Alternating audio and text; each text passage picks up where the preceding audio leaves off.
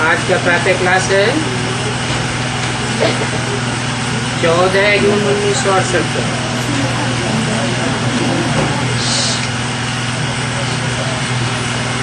बाप बच्चों को पावन बनाए रहे हैं। कैसे पावन बनाए रहे हैं?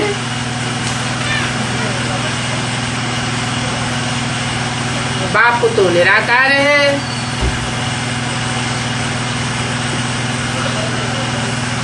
निराकार मुकर्रर रथ में साकार में आकर के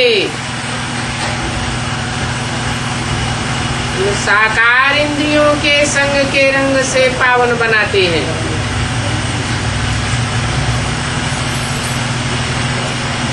और प्यार तो जरूर शरीर के साथ किया जाता है।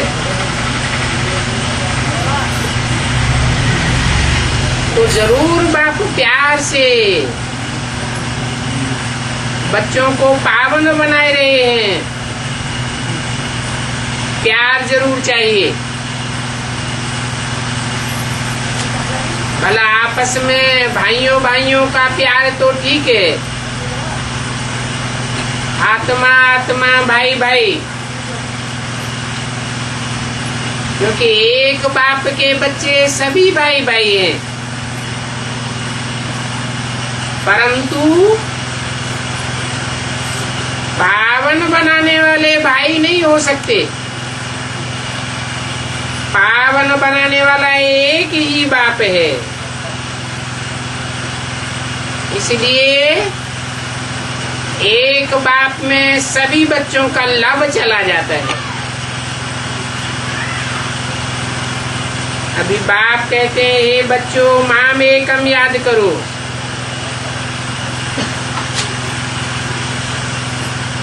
कोई दूजम को याद करेंगे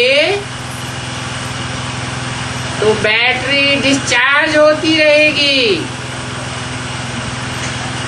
ये आत्मा बैटरी है ना, ये तो ठीक है। तुम भाई भाई हो, जरूर आपस में खीरखंड होकर रहेंगे। भाई भाई हैं तो खीरखंड होकर रहेंगे,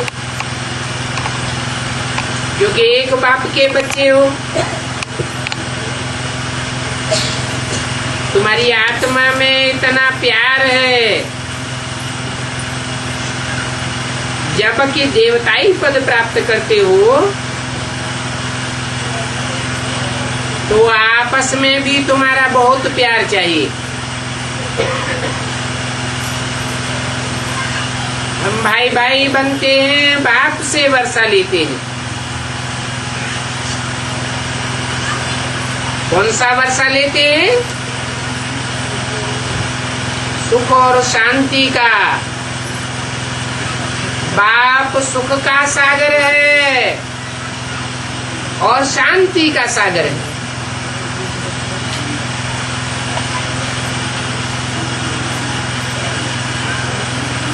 शांति का सागर शांति के देश से आते हैं,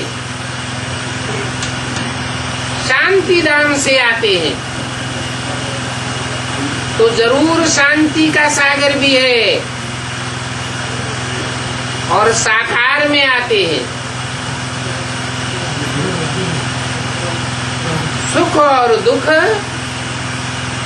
साकार की चीज है या निराकार की चीज है? साकार में होते हैं तो सुख और दुख अनुभव किया जाता है।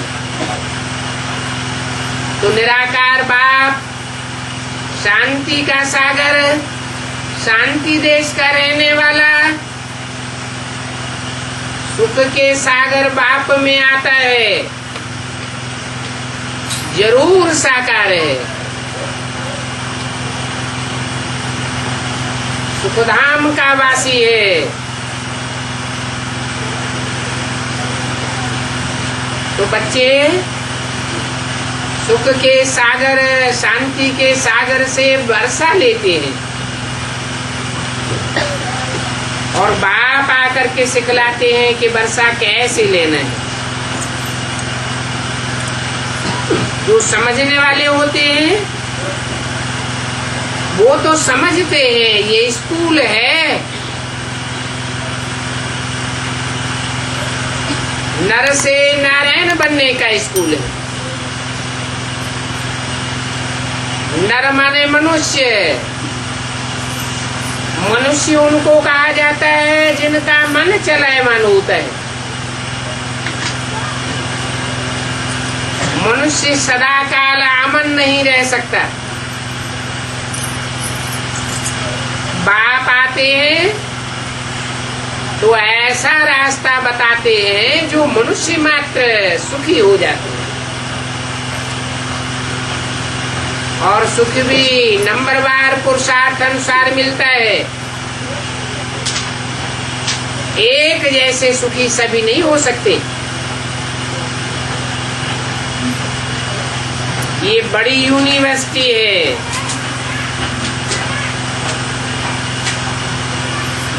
सुख और शांति में रहने की पढ़ाई यहाँ पढ़ाई जाती है।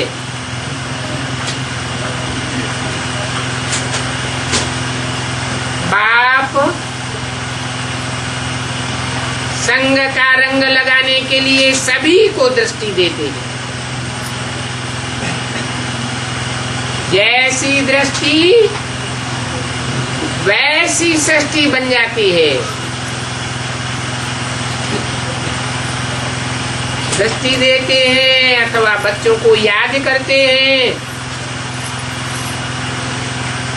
बेहद का बाप सारी दुनिया के मनुष्य मात्र को, सभी आत्माओं को याद करते हैं।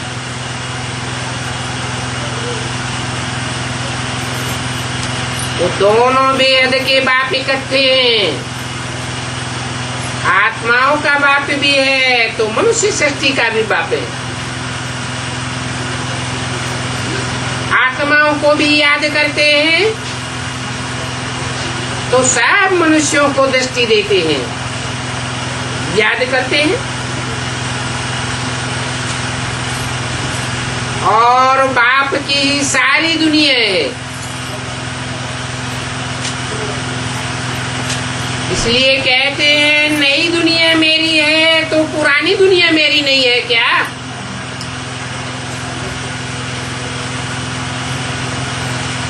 तो नई हो या पुरानी हो,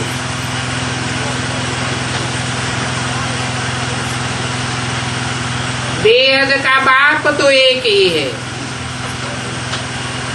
रूप एक ही है, पर्सनालिटी एक ही है, परंतु आत्माएं दो है।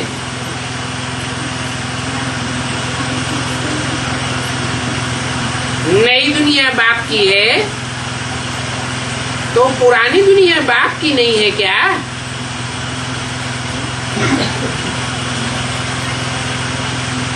बाप ही पुरानी दुनिया के सभी मनुष्य मात्र को पावन बनाते हैं।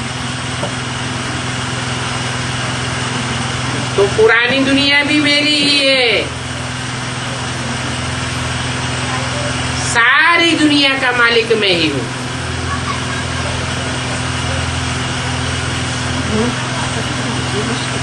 बल मैं नई दुनिया में राज्य नहीं करता हूँ,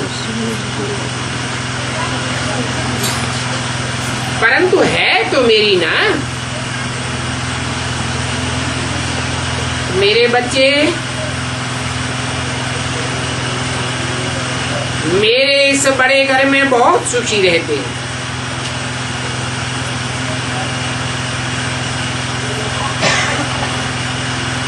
ये दुनिया का बड़ा मांडवा है ना, जो सुखी बहुत होते हैं तो दुखी भी बहुत होते हैं।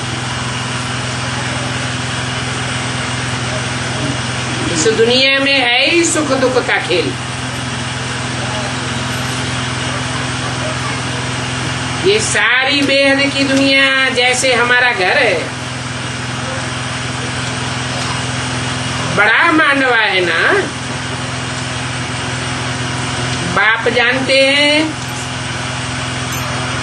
इस सारे घर में हमारे बच्चे हैं।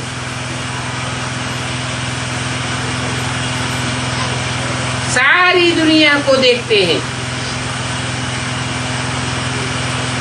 और सभी मेरे चैतन्य बच्चे हैं। आत्मा चैतन्य है ना, ये भी जानते हैं।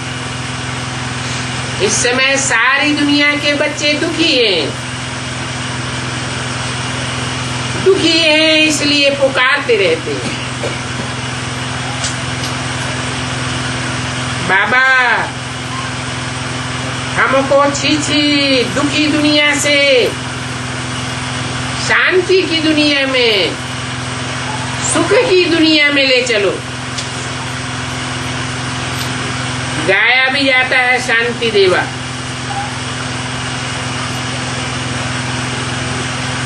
वो शांति देवा भी है तो सुख देवा भी है। देवा देव को कहा जाता है।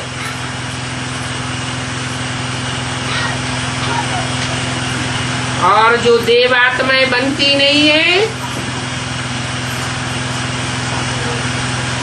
वो उतना सुख नहीं पाती। सुख के सागर बाप से आत्मिक स्थिति को धारण करने वाले बच्चे ही देवात्मा बनते हैं।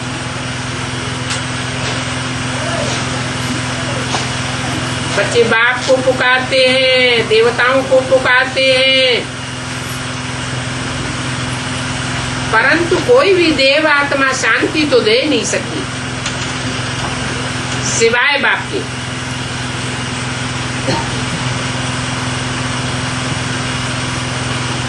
वो सभी शांत स्वरूप आत्माओं का बाप है। उनको सारी सृष्टि का पूर्णा रहता है।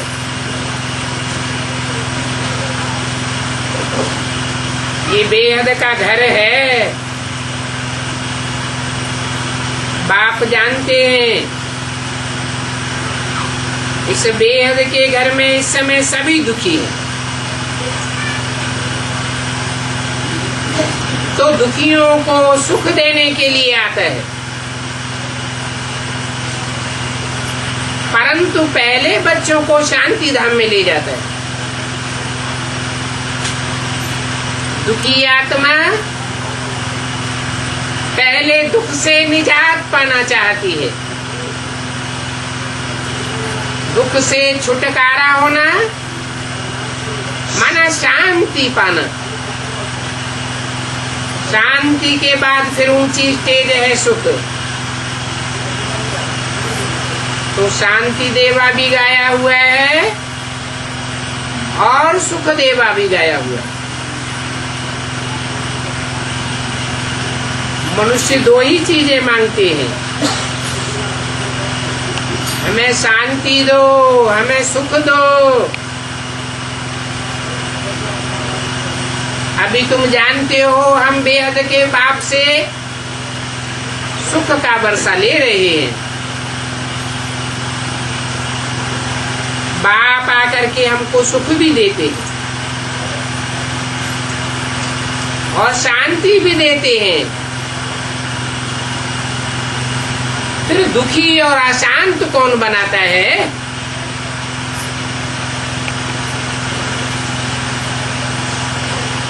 जरूर कहेंगे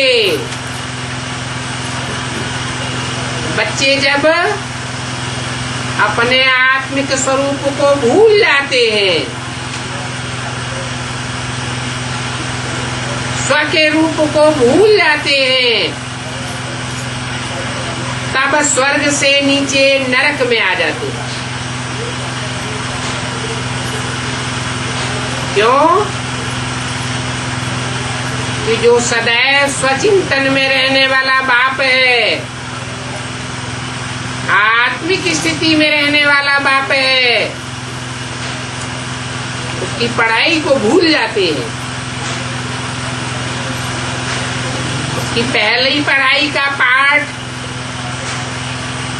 अपन को आत्मा समझो। देवताएं अपन को आत्मा समझते हैं तो सुखी भी रहते हैं। वही देवताएं जब द्वापर में आते हैं तो अपन को देह समझ बैठते हैं।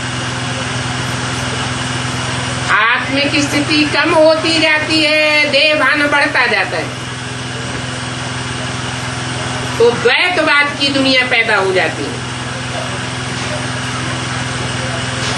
दो दो मतें आरंभ हो जाती है, दो दो कुल शुरू हो जाते हैं, दो दो राज्य शुरू हो जाते हैं, दो दो भाषाएं हो जाती हैं।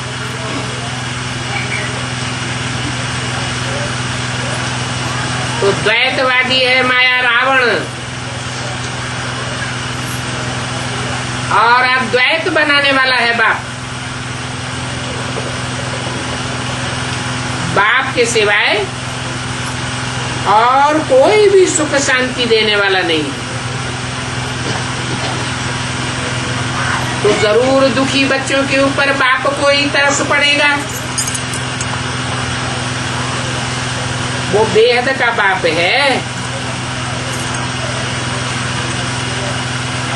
अभी तुम समझते हो हम बाबा के बच्चे बहुत सुखी थे। कब सुखी थे? जब हम पवित्र थे तो बहुत सुखी थे।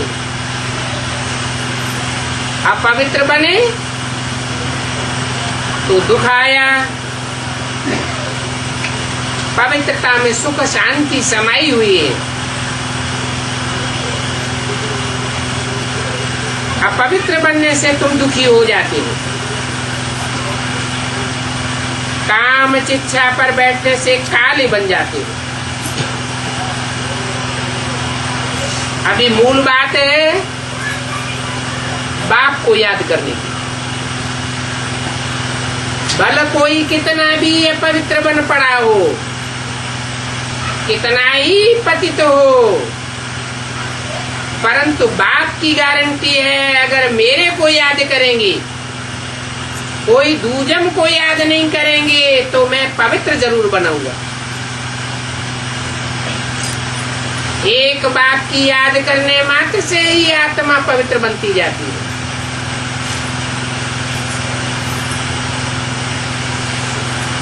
जिस बाप से इतना ऊंच पद पाया है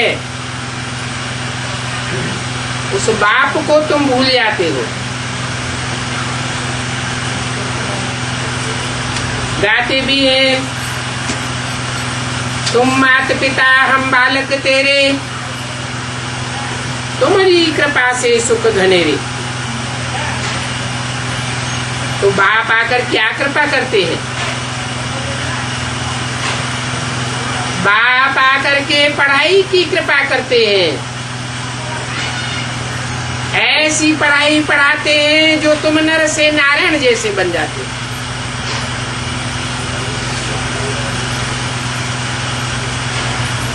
अभी फिर से तुम सुख घनेरे ले रहे हो, क्योंकि अभी इस दुनिया में घनेरे दुख हैं। ये सारी दुनिया ही तमो प्रधान है, क्योंकि सब विषय सागर में गोते खाते रहते हैं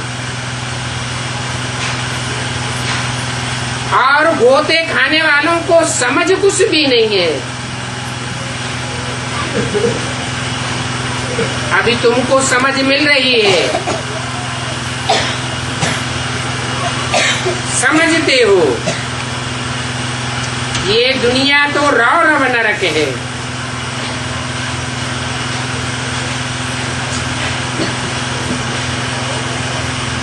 इस बात को बहुत से बच्चे समझते नहीं हैं।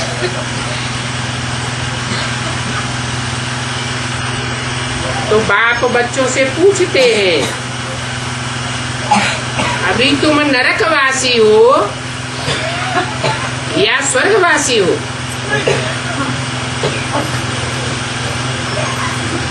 अभी स्वर्ग है ही कहाँ जो स्वर्गवासी होंगे। हाँ, स्वस्थिति में जो स्थित हो जाते हैं वो सुख का अनुभव कर सकते हैं। बच्चे यही इसी दुनिया में वैकुंठ का अनुभव करेंगे। शास्त्रों में वैकुंठ की यादगार है ना। क्रिश्चियन लोग उसे पैराडाइज कहते हैं, मुसलमान उसे जन्नत के नाम से जानते हैं। कुछ मनुष्य मरते हैं तो भी कह देते हैं स्वर्गवासी हुआ। अब इसका अर्थ क्या है? क्या मरने से कोई स्वर्गवासी हो जाता है? मरना माने शरीर छोड़ना। स्थूल बात नहीं है। जो जीते जी मरेंगे देहभान से, वो स्वर्ग का अनुभव करेंगे। बाप देहभान से मरना सिखाते हैं, देह से मरना नहीं सिखाते हैं। अगर सभी देह से मर जाएं 500-700 करोड़, तो नई दुनिया कहां से आवेगी? देवताएं कोई ऊपर से टपकेंगे क्या? दैवी सृष्टि यही बननी है। दैवी सृष्टि बनना मानव दुखों से दूर हो जाना।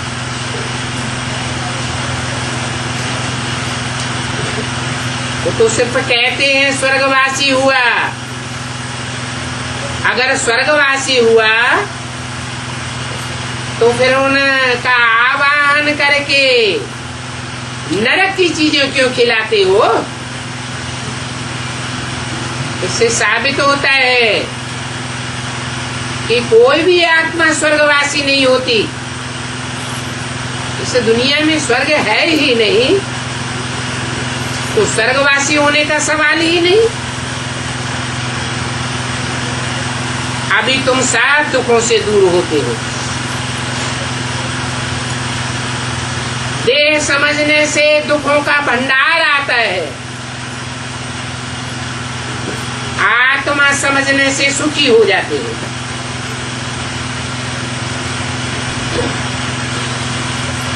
तो समझने की इतनी लोगों में बुद्धि नहीं है कि स्वर्ग क्या है और नरक क्या है। बिल्कुल ही पत्थर बुद्धि है। बाप आते हैं तो स्वर्ग की स्थापना करते हैं। बाप है ही स्वस्थिति में स्थित रहने वाला। बल पराये तन में प्रवेश करते हैं। प्रकृति के चोले में प्रवेश करते हैं। प्रकृति का पुतला कहा जाता है ना। मानव मनुष्य तन में प्रवेश करते हैं। पुरानी दुनिया में आते हैं, पुराने तन में आते हैं। फिर भी बाप तो सदैव स्वस्थिति में रहने वाला है। तो जो सदैव स्वस्थिति में रहने वाला है वही स्वस्थिति का पाठ पढ़ा करके स्वर्ग की दुनिया रचने वाला है।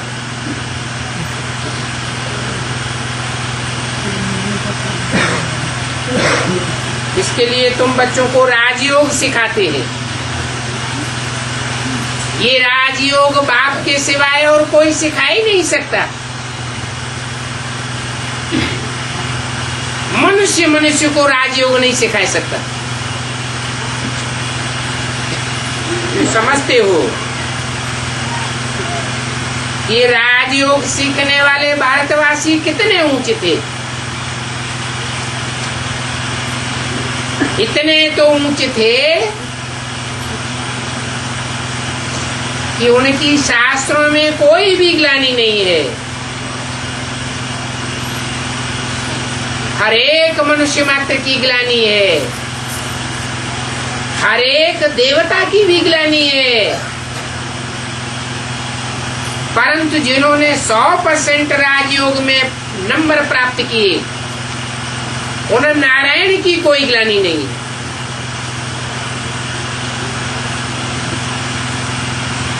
नारायण का राज कितना गाया हुआ है। यथा राजा तथा प्रजा, वहां सब सुखी होते हैं।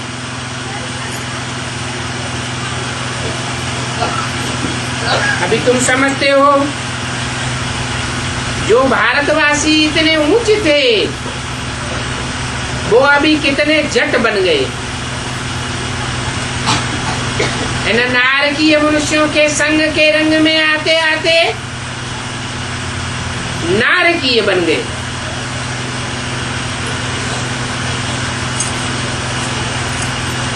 कितने तो जट बुद्धि बन गए हैं, जो एक ही बायोग्राफी में दूसरे का नाम डाल दिए।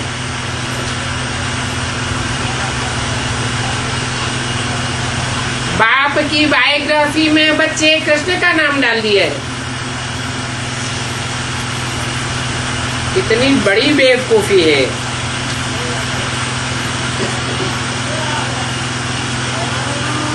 अब एक जैसे दो बेवकूफ तो नहीं हो सकते। नंबरवार बुद्धिमान होते हैं तो नंबरवार बेवकूफ भी होते हैं।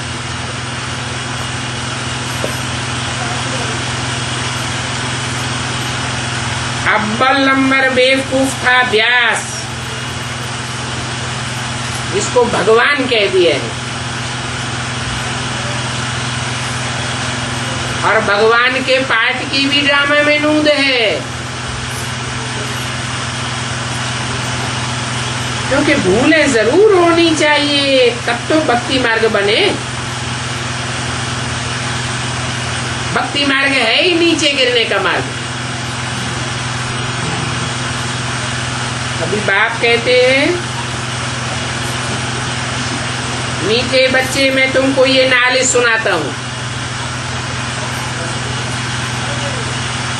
ये नॉलेज मेरे सिवाय और कोई नहीं सुना सकता,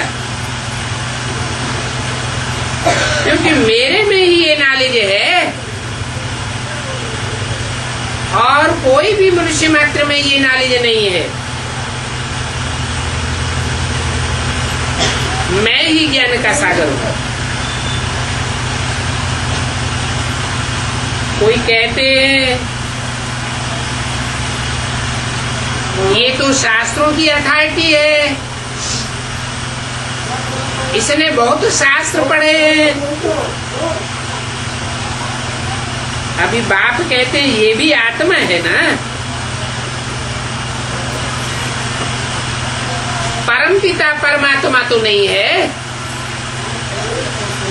परमपिता परमात्मा को कोई शास्त्र पढ़ने की दरकार नहीं। इतनी सी बात भी नहीं समझते। इतने पत्थर बुद्धि बन गए।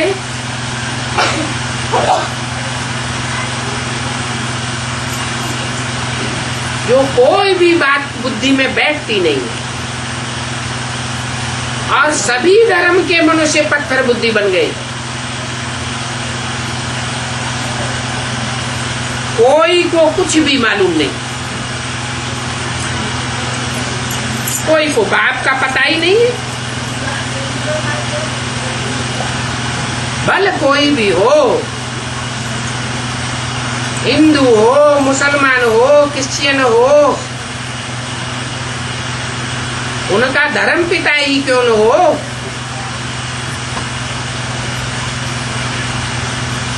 पता कोई को भी नहीं। पता न होने के कारण और ही गाली देते रहते हैं। खुदा जर्रे जर्रे में है, कभी कहते हैं अर्श में है, फर्श में नहीं है, कभी कहते जर्रे जर्रे में है। अब जर्रे जर्रे में है तो ये तो गाली हो गई ना। ऊंचते ऊंच बाप होगा तो जरूर ऊंचते ऊंच में प्रवेश करेगा। नंबरवार धर्म पिताएं हैं जो नंबरवार देवात्मा में प्रवेश करते हैं।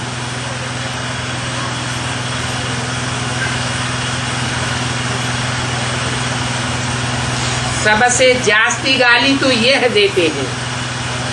कौन है? यह कहते किस तरफ इशारा करते? ब्रह्मा की तरफ। कह देते ईश्वर सर्वव्यापी है। कच्छ अवतार है, मत्स्य अवतार है, वाराह अवतार है, फिर ठिक्कर भीतर में भी डाल देते।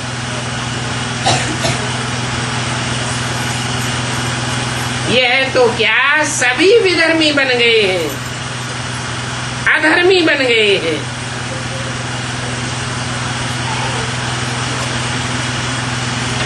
फिर बाप आकर सभी धर्मों का विनाश करा देते हैं और एक सब धर्म की स्थापना करते हैं। अभी तो सभी विधर्मी बन गए, विदेशियों के प्रभाव में आ गए।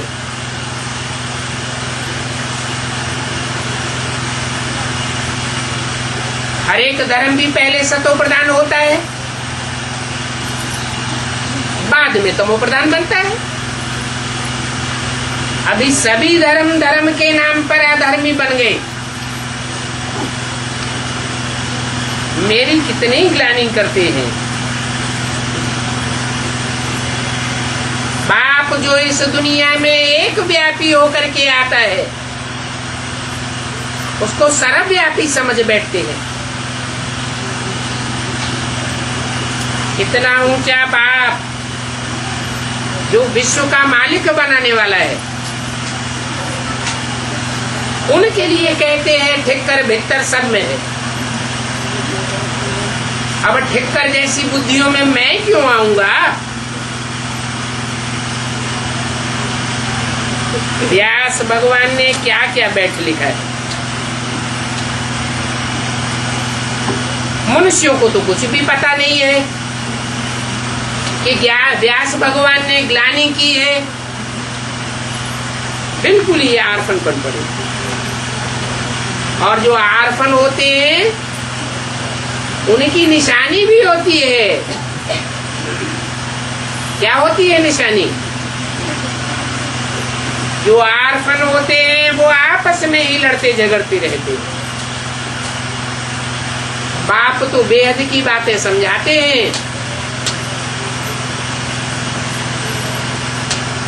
हद की दुनिया की ही बात नहीं है। ब्राह्मणों की दुनिया में भी जो बारफन बन पड़ते हैं वो आपस में लड़ते हैं।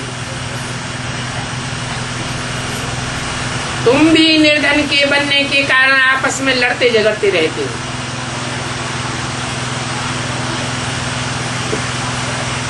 चौदह 668 की वाणी का दूसरा पेज। निर्धन के तबके हैं जब बाप को भूल जाते हैं। बाप रचयिता है। बाप रचयिता और उसकी रचना के आदि मध्य अंत को कोई भी नहीं जानते।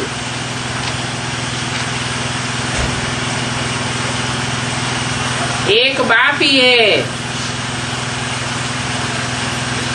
जो रचयिता और रचना का राज समझाते हैं।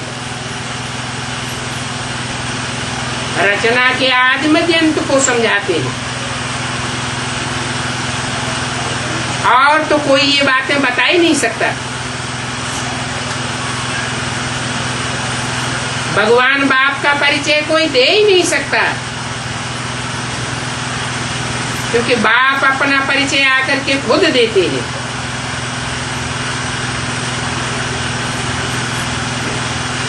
तुम कोई से भी पूछो,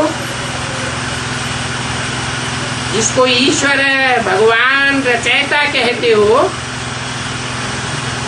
उन भगवान को तुम जानते हो? कौन है भगवान? कौन है वो ईश्वर? भगवान तो कहा जाता है भाग्यवान को, और ईश्वर कहा जाता है जिसने श्रेष्ठ से श्रेष्ठ शासन किया हो, सबके दिलों को जीतने वाला है।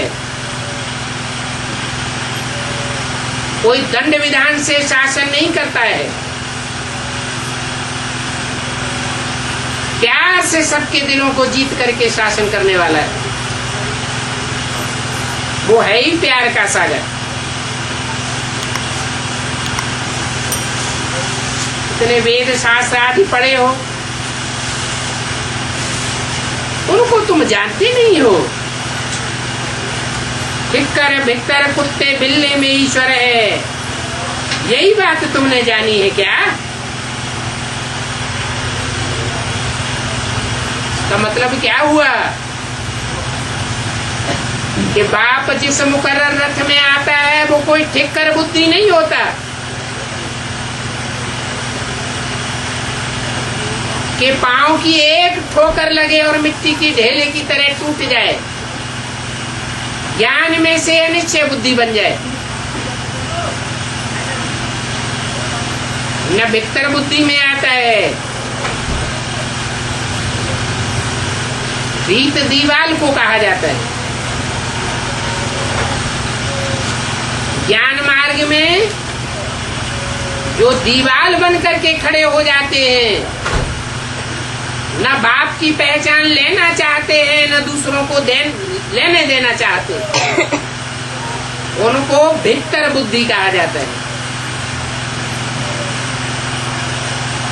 कुत्ते जैसी कामी आत्माओं में परमात्मा बाप नहीं आते।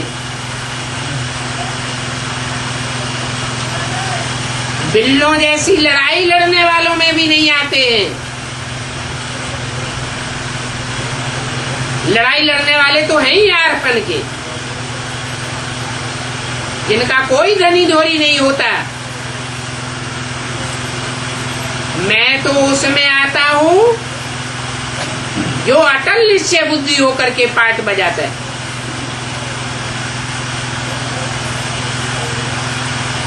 अगर भगवान को ये कहें कि कुत्ते बिल्ले में है, वो या कुत्ते बिल्ले का बच्चा हो गया। तुम्हारे शास्त्रों में ऐसी ऐसी बातें लिखी हुई है।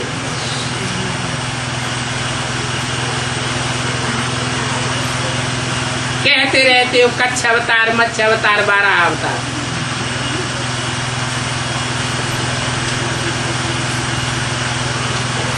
ऊपर से अवतरते हैं तो जरूर ऊपर से तो निराकार आत्मा ही आवेगी, और कोई शरीर में ही प्रवेश करेगी। तो बाप भी ऊपर से जब अवतरण लेते हैं तो पहले पहले शरीर धारण करते हैं। ऐसे नहीं ऊपर से कोई कच्छ मच्छ के रूप में आ जाते हैं। तो बाप कहते हैं पहले अपन को समझो, तुम कौन हो? तुम मनु की औलाद मनुष्य हो। तुम कोई कच्छ मच्छ कुत्ता बिल्ला नहीं हो। जो तुम्हारा बाप कच्छ मच्छ कुत्ता बिल्ला बने, मनुष्य की औलाद को मनुष्य कहा जाता है। सृष्टि के आदि में जरूर मनन चिंतन मंथन करने वाला मनु हुआ,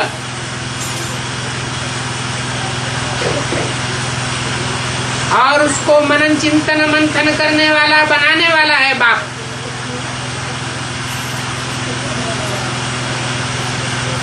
तो पहले अपनी औकात को समझना चाहिए कि हम कोई जानवरों के बच्चे नहीं हैं। सृष्टि के आदि में भी हम मनुष्य के बच्चे थे। मनुष्य सुधरता है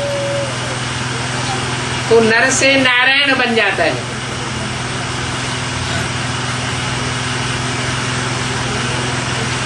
देवता बन जाता है। तुम भी देवात्मा हो, तो पहले अपन को समझना चाहिए मैं कौन सा पार्ट बजाने वाली देवात्मा हूं। Who am I? मनुष्य तो तमो प्रधान है।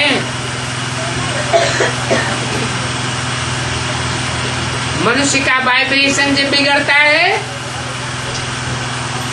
तो सभी कीट पशु पक्षी पतंगे जानवर आदि बिगड़ैल बन जाते हैं, क्योंकि जानवरों में मन बुद्धि की पावर नहीं होती जो वाइब्रेशन को बनाए सके या बिगाड़ सके। वाइब्रेशन को बनाना और बिगाड़ना ये मनुष्य का काम है,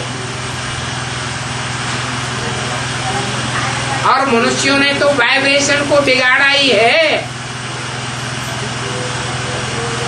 भगवान आकर के सुधार करते हैं।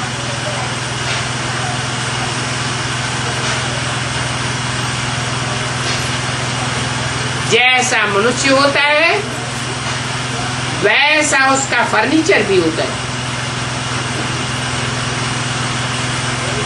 नंबरवार धर्म पिताएं आते हैं तो नंबरवार देवात्माओं में प्रवेश करते हैं। पहला धर्म पिता जरूर अव्वल नंबर में आवेगा। मुसलमान लोग भी गायन करते हैं, कहानी बनाई दी है, अल्लाह अव्वल दिन।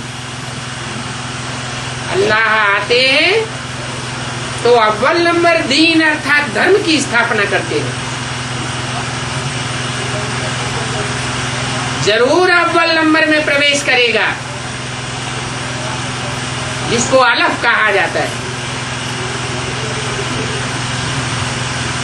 बाकी और धर्म पिताएं नंबरवार हैं, तो नंबरवार सतयुग के सेकंड थर्ड फोर्थ नारायण में प्रवेश करते हैं। एक जैसा सबका फर्नीचर नहीं हो सकता।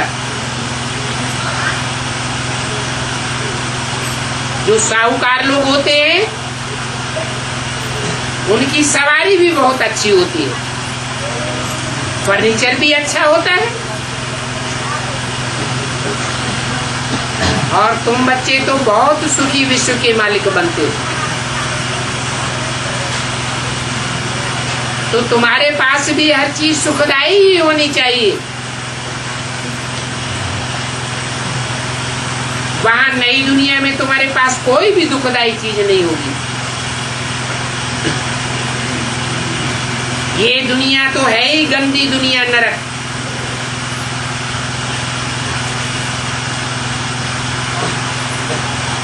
मनुष्यों को तो लज्जा नहीं आती है, तो कह देते हैं हम सभी भगवान हैं।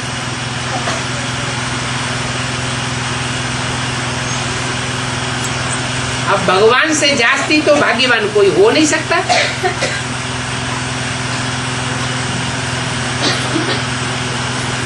वो तो ऊंच के ऊंच पाट बजाने वाला हीरो पाटधारी है,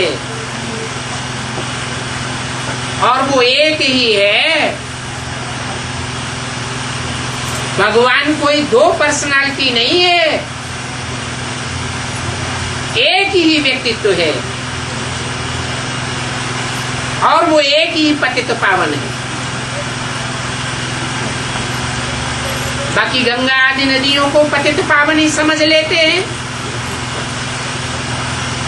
ये तो बड़ी भारी भूल हो जाती है।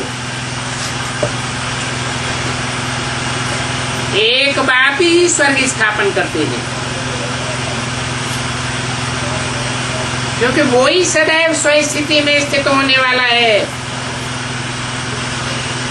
जिसमें प्रवेश करते हैं मुकर्रर रूप से। वो भी सृष्टि पर सदैव स्वस्थिति में स्थित नहीं रहता। स्वर्ग में देवताएं स्वस्थिति में होती हैं, नरक में अपने को देह समझ बैठते हैं। पर अर्थात प्रकृति के चिंतन में आ जाते हैं, 5 तत्वों के प्रभाव में आ जाते हैं।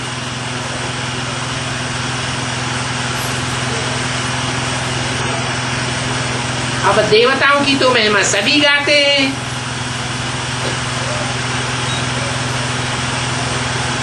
परंतु जानते नहीं है कि इन देवताओं को देवता बनाने वाला कौन है।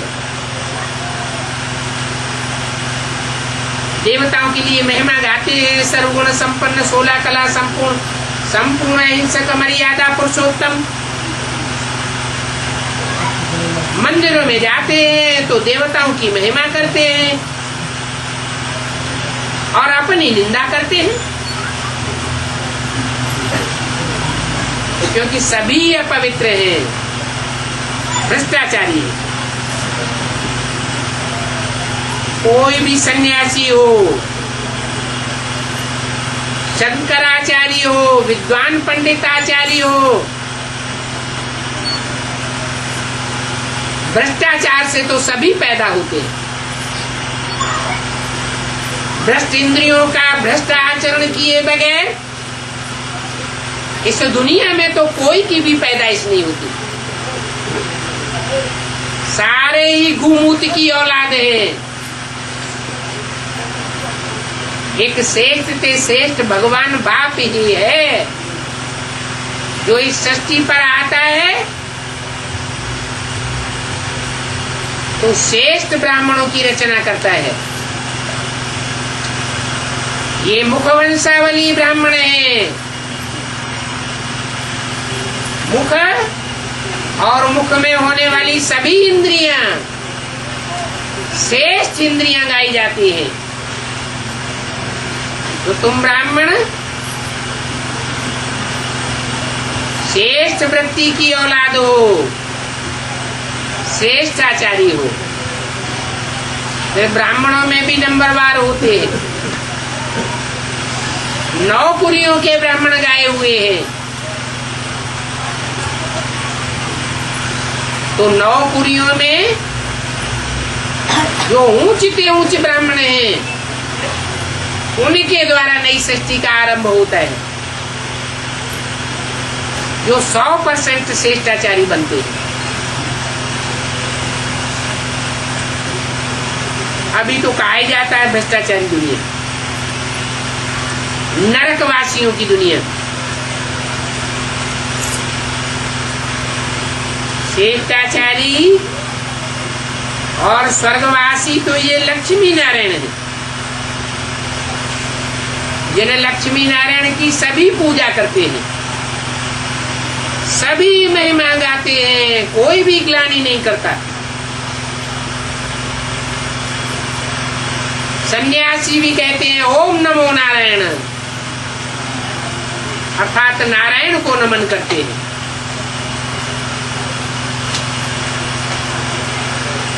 जब तक बड़े हो तब तक भक्ति ही भक्ति करते रहते। सतयुग में तो भक्ति होती नहीं। तुम्हारा तो अभी बेहद का संन्यास है।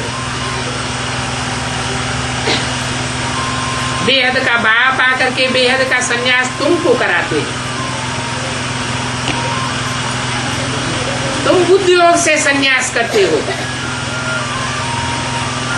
कोई देह से संन्यास नहीं करते हो।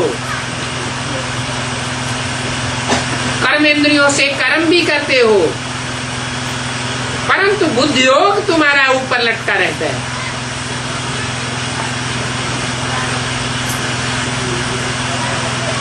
जो कर्म इंद्रियों के कर्मों का त्याग करते हैं वो तो हठ योगी हैं,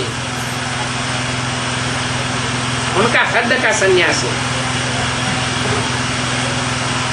उनका धर्म ही दूसरा है। बाप कहते हैं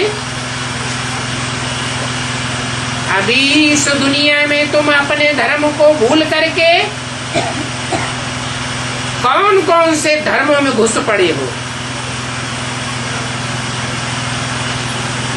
क्योंकि देवात्माएं ही द्वापर से हिंदू बन जाती है और हिंदू बन करके दूसरे दूसरे धर्मों में कन्वर्ट हो जाते हैं।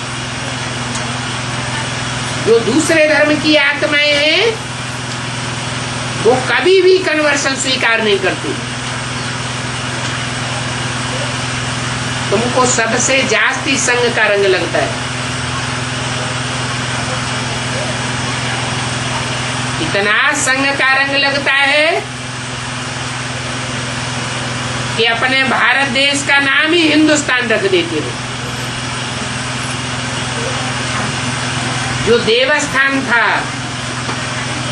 उसका नाम हिंदुस्तान रख दिया और फिर हिंदू धर्म कहने लग पड़े।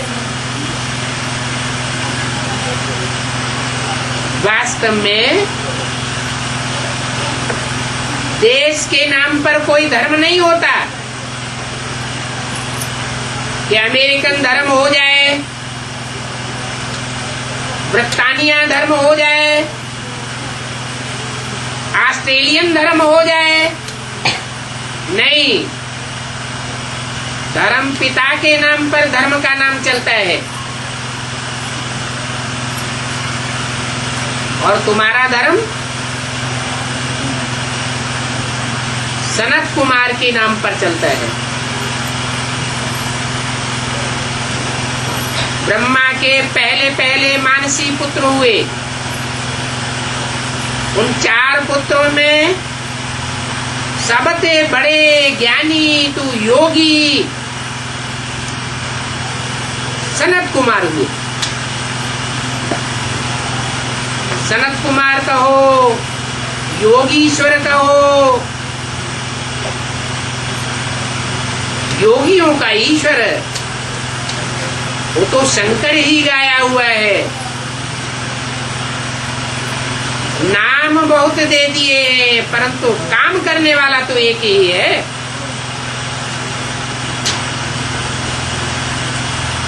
तो मुख्य है तुम्हारा सनातन धर्म, देवी देवता धर्म। उसके बाद है नंबरवार इस्लामी, बौद्धी और क्रिश्चियन।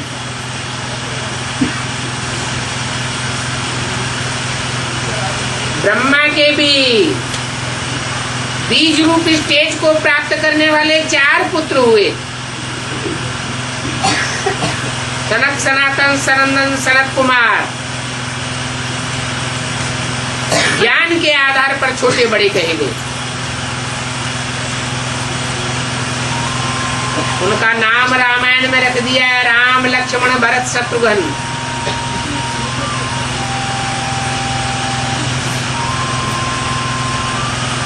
ये 4 धर्मों की 4 बीज रूप आत्माएं हैं, परंतु इन बातों का किसी को पता नहीं। पता न होने के कारण कहा जाता है तुच्छ बुद्धि। जो तुच्छ बुद्धि होते हैं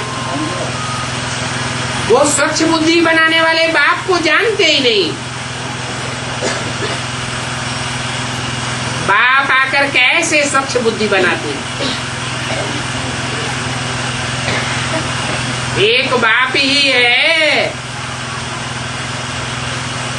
जो अभी विचारी दृष्टि के द्वारा सृष्टि को श्रेष्ठ बनाता है, दृष्टि से सृष्टि सुधारता है।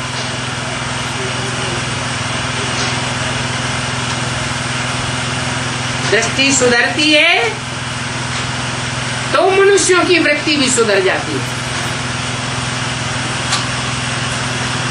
नई दुनिया का फाउंडेशन श्रेष्ठ वृत्ति से होगा। नहीं तो नई दुनिया कहां से आवेगी? ये सारी दुनिया तो भ्रष्टाचारी है। श्रेष्ठ श्रेष्ठ बाप आकर भ्रष्टाचारी दुनिया को श्रेष्ठाचारी बनाते।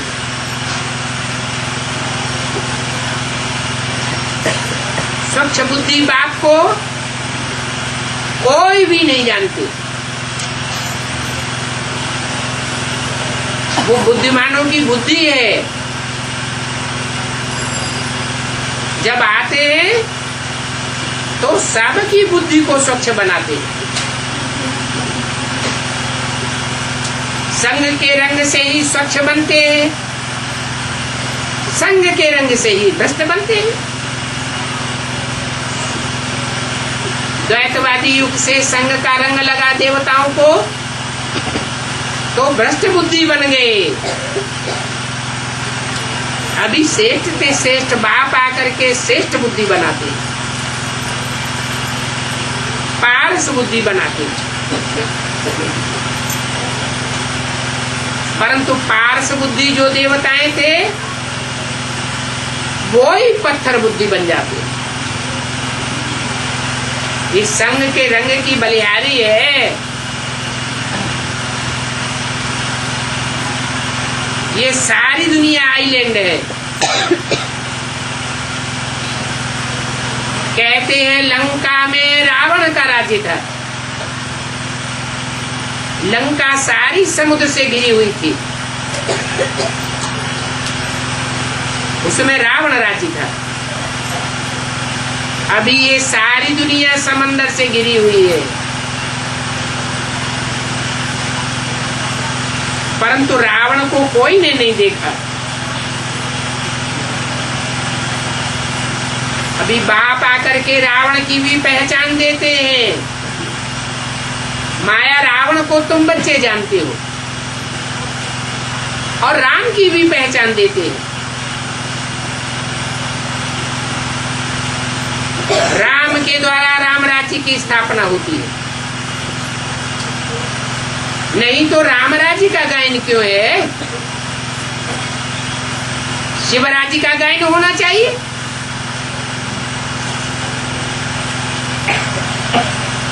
ब्रह्मा राज्य का गायन होना चाहिए।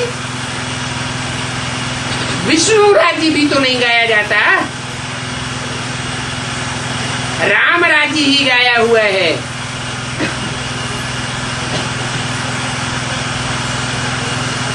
रावण को घड़ी घड़ी जलाते हैं, परंतु जिसको जलाते हैं उसको जानते ही नहीं। क्यों जलाते हैं? कब से दुख देता आया है। बाप कहते हैं ये तुम्हारा सबसे पुराना दुश्मन है।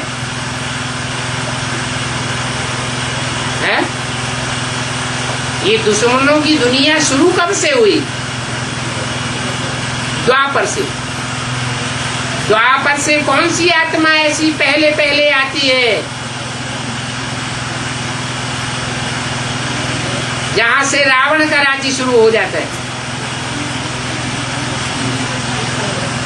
इब्राहिम आता है, इस्लाम धर्म का फाउंडेशन पड़ता है।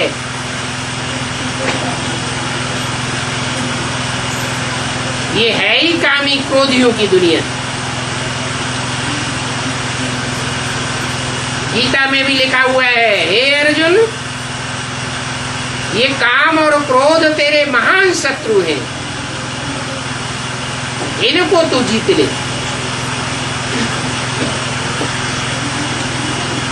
परंतु समझते ही नहीं है कि रावण को क्यों जलाते हैं। 10 सिर दिखाते हैं। अभी बाप ने बताया है ये काम, क्रोध, लोभ, मोह, अहंकार रावण के मुख्य से रहे। बाकी तो 5 तत्व जो जड़त्व बुद्धि है वो रावण के सहयोगी बन जाते हैं। उनका नाम रखा गया मंदोदरी, मंद उदर अर्थात मंद पेट वाले। बुद्धि पेट मंद है, मंद बुद्धि है, जो जान करके भी रावण का साथ देते हैं। मंदोदरी रावण को और राम को दोनों जानती थी, दोनों की ताकत का पता था, परंतु फिर भी सहयोग किसको दिया? रावण को सहयोग दिया। और रावण क्या है? ये रावण कब से जलाते हैं? कोई का पुतला कब जलाया जाता है? जब कोई बहुत दुख देते हैं तो उसका पुतला बना करके जलाते हैं। द्वापर के शुरुआत में माया रावण का राज्य शुरू हुआ। उस समय माया रावण भी सात्विक स्टेज वाला था। द्वापर के अंत में रजो प्रधान बनता है और कलयुग में तमो प्रधान हो जाता है। तो कलयुग से रावण को जलाते आते हैं जब बहुत दुखी होते हैं। लेकिन मनुष्य समझते हैं कि हम तो रावण को परंपरा से जलाते आए हैं। अरे परंपरा का भी तो कोई हिसाब होना चाहिए ना, कोई हिस्ट्री तो होनी चाहिए। नहीं जानते हैं तो कहेंगे बुद्धू। इस समय माया के राज्य में सब पतित भ्रष्टाचारी बन पड़े। तुम बच्चों को कोई जानते ही नहीं है। जो शूद्र बुद्धि होंगे वो तुमको क्या समझेंगे? तुम तो शूद्र से अभी ब्राह्मण बन गए। ब्राह्मणों को बाप आकर के पढ़ाते हैं, बाप कोई शूद्रों को नहीं पढ़ाते हैं। अरे शूद्रों को ब्राह्मण कौन बनाता है?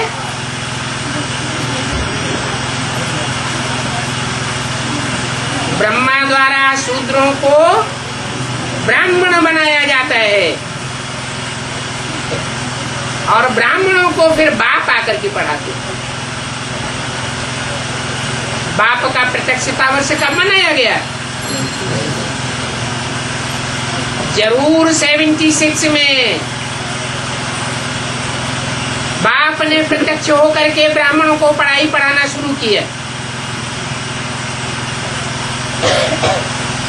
उससे पहले पहली मशीनरी चल रही थी, शूद्रों को ब्राह्मण बनाया जा रहा था।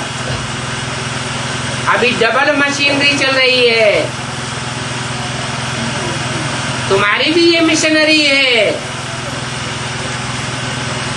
तुम शूद्रों को ब्राह्मण भी बनाते हो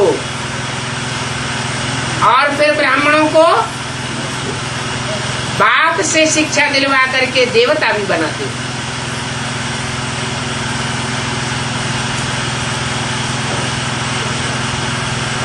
तुम भी ब्रह्मा के बच्चे हो।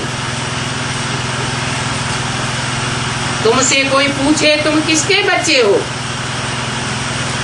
तो बोलो हम सब ब्रह्मा कुमार कुमारियां हैं।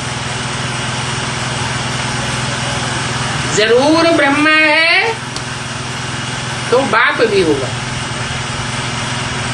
हम प्रजापिता ब्रह्मा की औलाद हैं। कोई पूछे ये ब्रह्मा किसका बच्चा ये ब्रह्मा रचना है या रचयिता है? रचना है। तो इसका रचयिता कौन? अरे अम्मा का रचयिता तो बाप ही होगा। अम्मा साकार, ब्रह्मा साकार, तो साकार ब्रह्मा का रचयिता भी प्रजापिता ब्रह्मा साकार। प्रजापिता किसको कहा जाता है? सारी मनुष्य सृष्टि का पिता तभी प्रत्यक्ष होता है जब उसमें शिव बाप मुकर्रर रूप से प्रवेश करते हैं। शिव बाप आकर के मनुष्य सृष्टि के बाप का परिचय देते हैं और मनुष्य सृष्टि के बाप के द्वारा वो निराकार बाप प्रत्यक्ष होता है।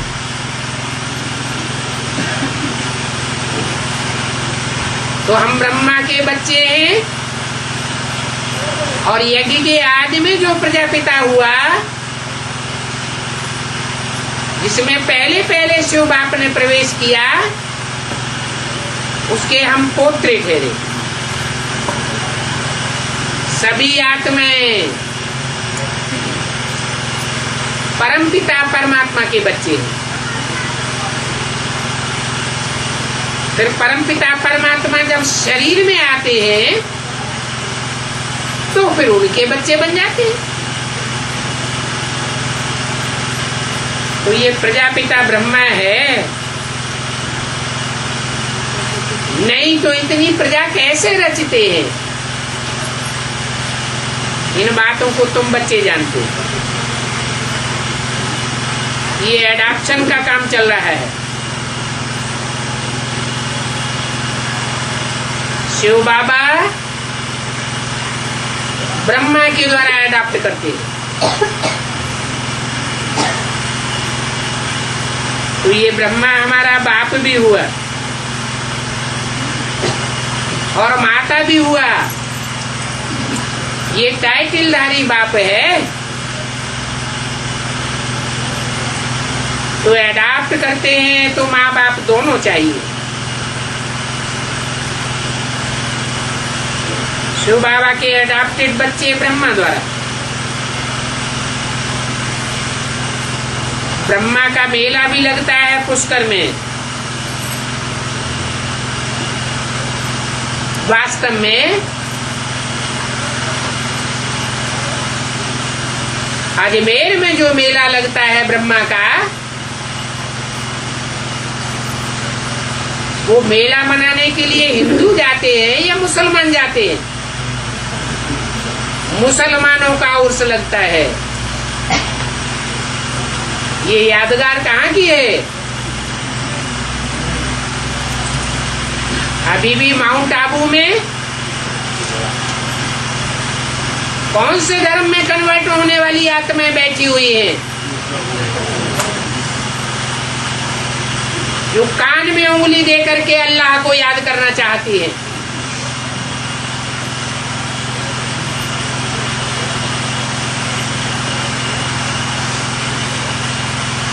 मस्जिद की छत्र छाया में आकर कोई बैठती है।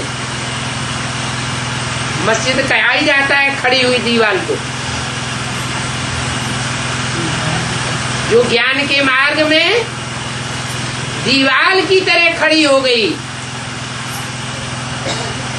न खुद बाप को पहचानती है न दूसरों को पहचानने देती।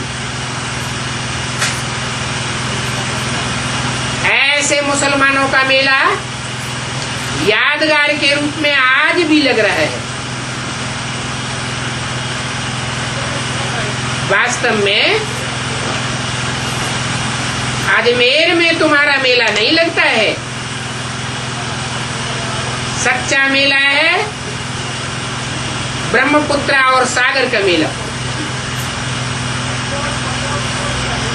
ये प्रैक्टिकल में अभी प्रत्यक्ष होने वाला है, जहाँ ब्रह्मपुत्रा नदी सागर से जाकर के मिलती है और ब्रह्मपुत्रा नदी में गंगा जाकर के मिलती है।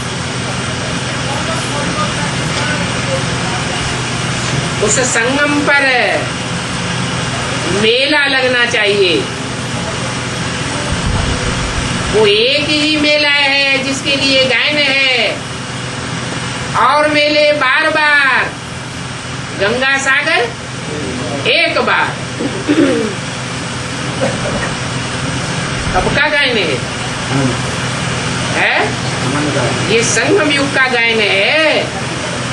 सारे कल्प में एक ही बार चैतन्य बाप आकर के बच्चों से मिलते। ये ज्ञान सागर का सच्चा मेला है। अच्छा, ओ